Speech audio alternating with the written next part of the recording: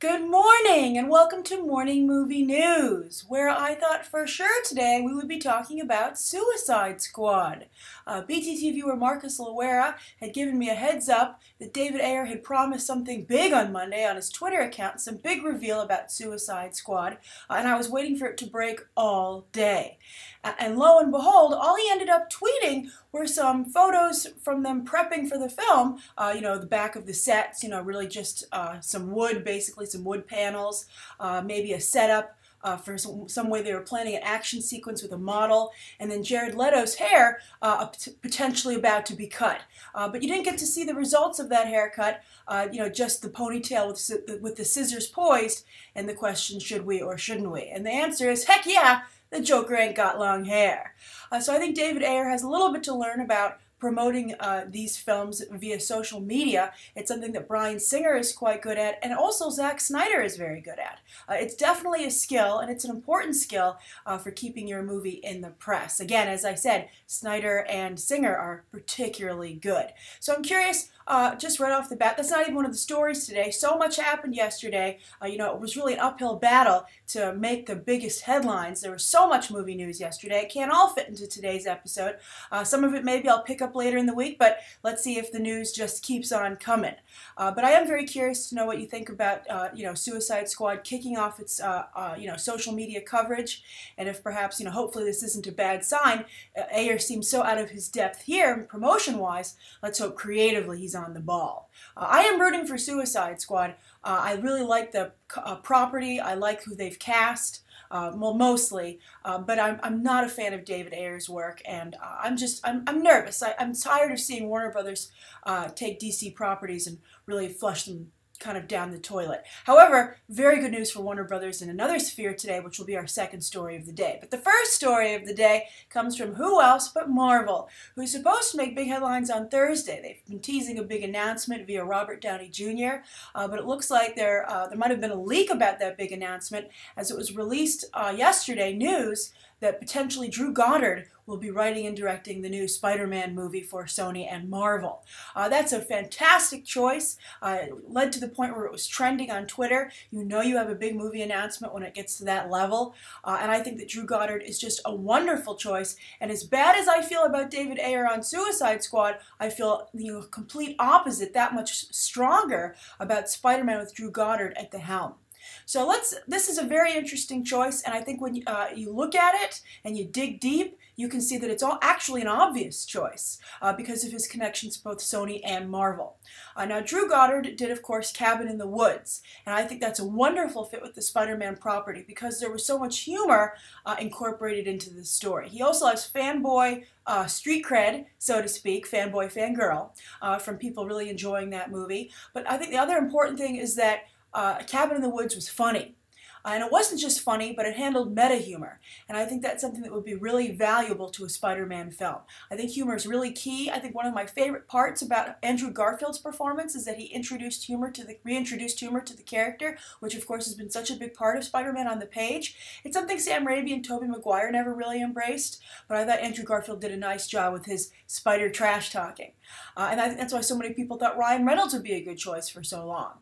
So I think that Drew Goddard is a really excellent choice. I think that this could potentially, Sony had no comment when this was potentially revealed on yesterday on Monday, and we'll see if this is the big announcement they have planned for Thursday. I suspect it might also be Miles Morales instead of Peter Parker. We'll see. Although Miles Morales isn't as humorous a character.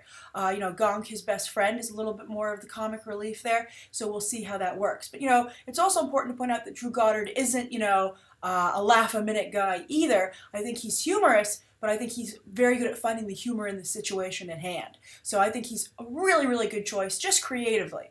Now, in terms of his business connections, he, of course, is heavily involved in both companies. Now, of course, at Sony, he was going to do the Sinister Six film, and that, of course, has probably been delayed because of all these, this reshuffling with the Marvel deal. So they have him on contract. I wonder if he would get paid any additional money, or if perhaps they can just take his contract and parlay it, if it has the option to parlay it into another film. So I guess maybe they feel this is a convenient option. He's just sitting there waiting to work, and they can put him to work on this film. Sony had already picked him for their Spider Universe, and now he gets a much better project. Now, the Marvel ties also run deep. He left Netflix, Netflix's Daredevil show, to make the Sinister Six. He's exec producing that show and has written quite a bit of it. So he's already been picked by Marvel as well. So they're already sharing him. So that is also something that makes this kind of obvious when you think about it. And then also he worked with Joss Whedon on Cabin in the Woods. So that makes him another Joss Whedon pick, which is fascinating considering the fact that Joss Whedon also put James Gunn in the mix. So he's really not only, leading the charge creatively for Marvel himself, but he's finding, kind of lieutenants to help Marvel wage war in Hollywood and at the box office. And so far, so good. So that would make, Whedon 2 for 2 and leaving quite a strong, his fingerprints on the Marvel Cinematic Universe even when he isn't working there.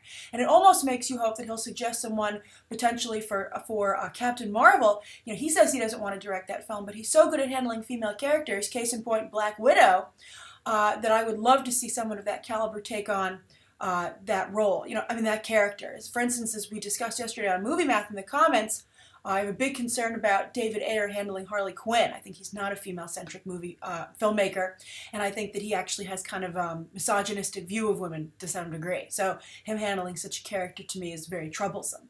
So we'll see if Joss Whedon continues to influence Marvel even when he stops making movies there. So I think this is just an absolutely wonderful choice. I'm curious to what you guys think. This is a big deal for Drew Goddard. It's really going to bring him up to the big leagues, even more so than a Sinister Six movie would have.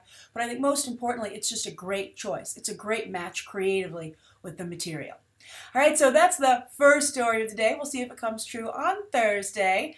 Now, the second story is another great match with material creatively. It's a real power team. This was a huge story that broke late yesterday. A number of you tweeted me about it. It has to do with Jennifer Lawrence teaming up with none other than Steven Spielberg. That is huge for her career. It's huge for Spielberg.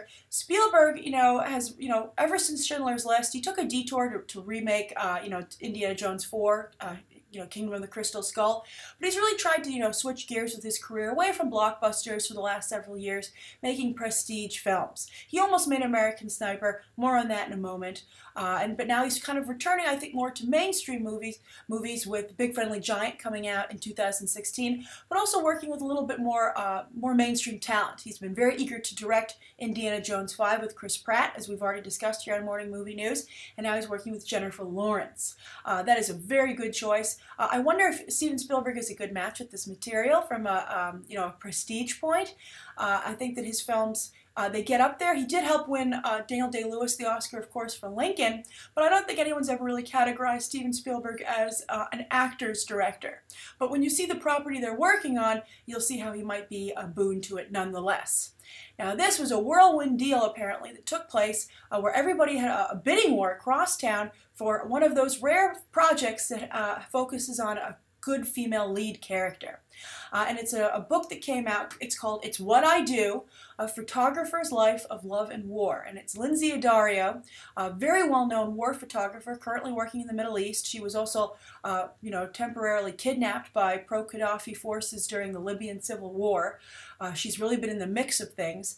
And now she's written a book, and obviously people want to make a movie out of that book. And that actually reminds me quite a bit of Gorillas in the Mist, the Diane Fossey story, where Sigourney Weaver starred for Michael Apted. Michael Apted, if you're not a cinephile or you're just a casual movie fan, or you're working on becoming a bigger movie fan, you might not be familiar with his work. He's a very, very talented director. If you see Michael Apted directed a movie, odds are it's pretty good, even if you haven't heard of it. He did that boyhood-type documentary, the 7 Up series, following the same group of people for 7 years throughout their lives. A very talented individual. Never quite got to the level of some other directors, but I think nevertheless he's a name worth knowing. But he directed that film, and Sigourney Weaver was nominated for an Oscar for her role. She did not win, but she was nominated, and it was a very important movie for her career, Gorillas in the Mist. If you haven't seen it, I highly recommend you watch it. So anyway, everybody wanted this book. Everybody wanted to secure this film, and it's very interesting who was up for it. We have our list, actually. It's very rare you get to see who wanted it and who lost out. Sometimes you hear whispers later, but wait till you hear this list of people. Working Title, a UK production company, they wanted it for Reese Witherspoon. especially after Wild, very similar type role. Darren Aronofsky wanted it for Natalie Portman, a Black Swan reteaming. That's not going to happen, at least now, but I think it's interesting at least to know that that's on their agenda, and perhaps we'll see them reteam on something else. I think that would help both of their careers. Neither one of them has quite rebounded that well from Black Swan, or not rebounded, but hasn't been able to build on it, I think, perhaps as both maybe had imagined they would be able to. Margot Robbie wanted it. She's been in the press a little bit with promoting Focus, saying she wants to play stronger female roles and is thinking of getting into producing. We'll see. That's a very commendable goal. She wanted to get this, could not get it. And then also the Weinstein Company bid on it for George Clooney and Grant Heslov. Grant Heslov is Clooney's longtime collaborating partner on films.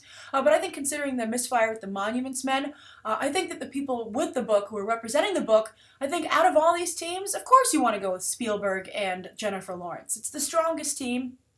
It's almost guaranteed to be a big box office success. It's going to Warner Brothers, and it's going to be produced by Andrew Lazar, who also produced American Sniper for the studio. And he wanted Spielberg for that as well. Spielberg was momentarily signed on to American Sniper, dropped out.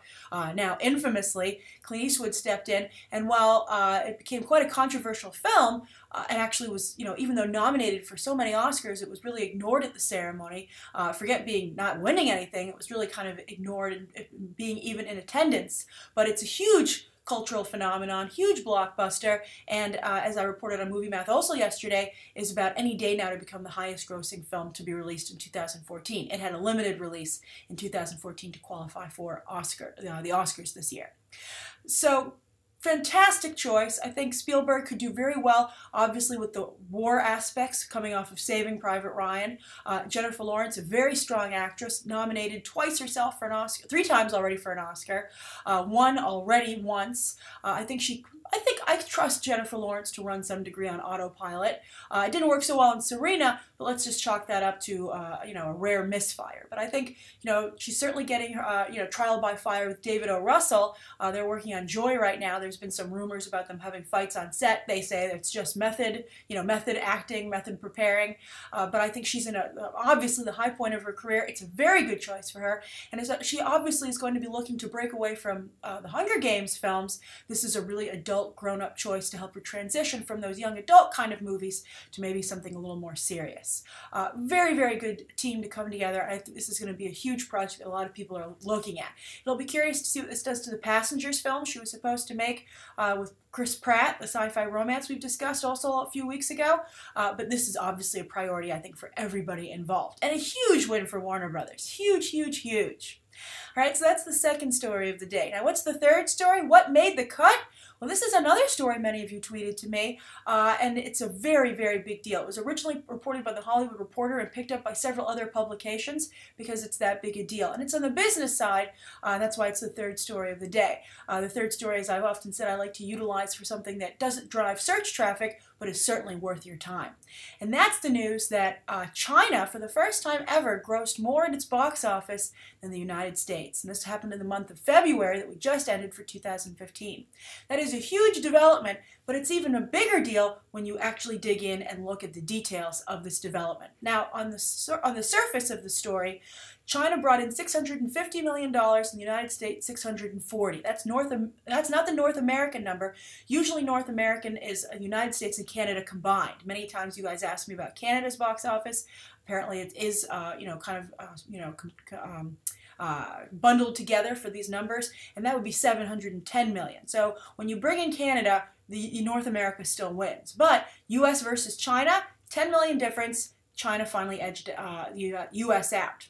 I think this is a number of factors at play. February is the biggest movie-going time of the year for China because of their Lunar New Year celebration.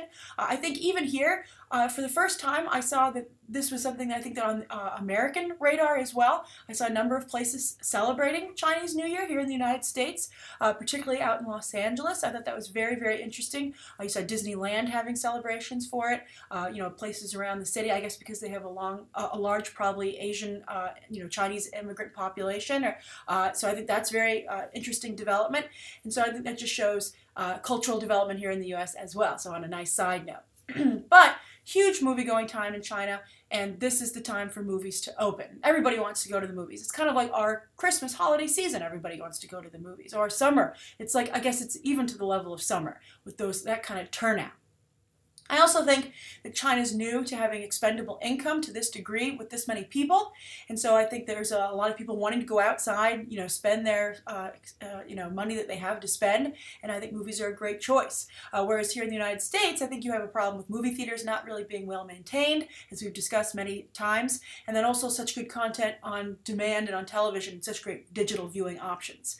It's kind of like how 3D was really popular here at first, but then everybody kind of got wise to it and knew it wasn't most of the time it wasn't well utilized. I still believe in 3D, but I have to agree that sometimes it's wasted. But just like, well, foreign audiences are still enjoying 3D because it's relatively new. But you're going to probably see, they're just probably a couple years behind us in terms of the trend.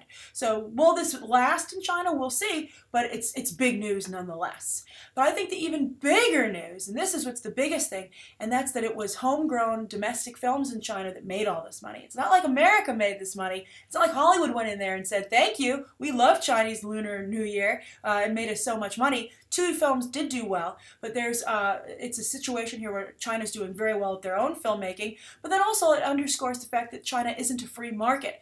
China intentionally, their film commission, kept out U.S. foreign films, not just U.S. films, but all foreign films, out of circulation and anything debuting at this time to make sure that their domestic films did best. So that's very interesting as well. The U.S. films that did the best were, let's see here, The Hobbit made $36 million during the month, and Mockingjay made $35.5 million during the month. So very nice numbers for them.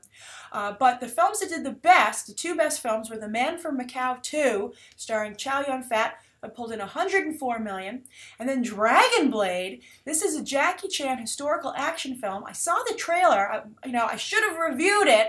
I was like, oh, this seems like, I have to say, honestly, I'm sorry to say, it didn't seem like a great movie to me, but it's interesting because John Cusack and Adrian Brody co-starred. So this production was a domestic film over in China, but it brought over U.S. Hollywood stars. This pulled in $95 million. Now, we had two big hits ourselves, but one was in January, unfortunately, so it didn't help the month of February, but we, of course, had American Sniper and 50 Shades of Grey. So we've had our own hits. They weren't both in the same month, unfortunately, and that's that 10 million difference. But also, it just does show that we have big movies as well, but China is also capable of producing them. So I think that's very interesting. And what are the results here going to be? Because the money's not going into Hollywood, as I just said. It's going into China's domestic film market, their own Hollywood. So I think the result you're going to see is an industry flush with cash and therefore available to not only make more films at home and hire more foreign talent to bring over there, but also I think you're going to see them becoming more aggressive in trying to break out and come into our audience. So don't be surprised, and this is something China's already expressed an interest in doing. It's on their radar, and I think now they have a success factor and the money. It's like a boom time for them to really speed up that timetable. So I would suspect in the next 5 years or so, maybe a little less, maybe a little more, you're going to see big blockbuster films from China shot in English.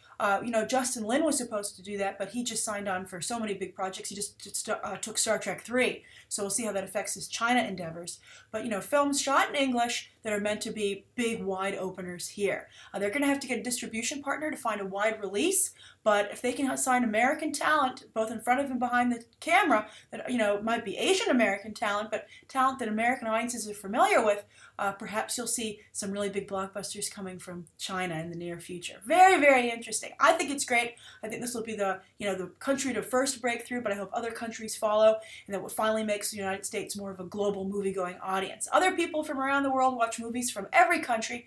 We're the only country, or one of the only countries, that really only watch our own content, and I would like to see that change. Hollywood, of course, has a vested interest in keeping that from happening because they just remake those hit films here for us here in the United States. All right, so those are the three stories of the day. On to the viewer question. This comes from Coates Kylie. And Coates Kylie says, "Hi Grace, question. My question is about movie critics. And I don't know the last time you picked up a DVD. I don't know the last time many of us picked up a DVD, right? But Kylie says, but it seems like every DVD has a review from LA Weekly. Best movie of the year, an intense thriller. I always read these and I'm wondering why studios put them on the DVD box if there was a review by LA Weekly on the back of the box. Because I realized that if there's a review by LA Weekly in the back of a box, I realized that no other legit critic liked the movie. So why do the studios do this, and why would a critic sell themselves short, and how do we get rid of these bad critic reviews?" Kylie, P.S. You never answer my question, but I still try. Smiley face. Well, I'm glad you didn't give up, Kylie, and today your question is being answered.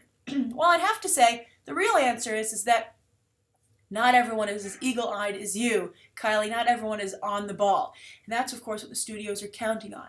They don't want you to read the fine print. I'm sure when you look at these quotations, LA Weekly is much smaller than the 4 stars or the actual quote, best movie of the year, an intense thriller, etc.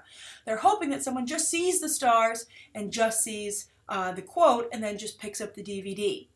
So they're hoping that, people don't scratch the surface. So I think that's the #1 reason. Also, I think it's just an advertising trick. They want to have a lot of people saying good things about the movie. So I bet when you look at the DVD, it's often not just LA Weekly, but probably a couple of places, probably all of the same caliber, that have given out quotes. And that is something that those, sometimes movie critics are paid to do that. And I think also sometimes they just like to get their name out there. So they put their publication and they give a good quote to a movie, and it kind of acts as free advertising for the publication. Obviously not with you, because you're like, why would you want to put this crappy LA Weekly quote on your DVD?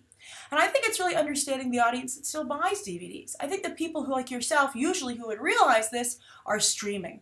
They're on iTunes, they're on demand with their cable, Amazon, etc. And you don't see that kind of promotion there. You don't see quotes from publications. It's the same thing for ads in, let's say, the newspaper.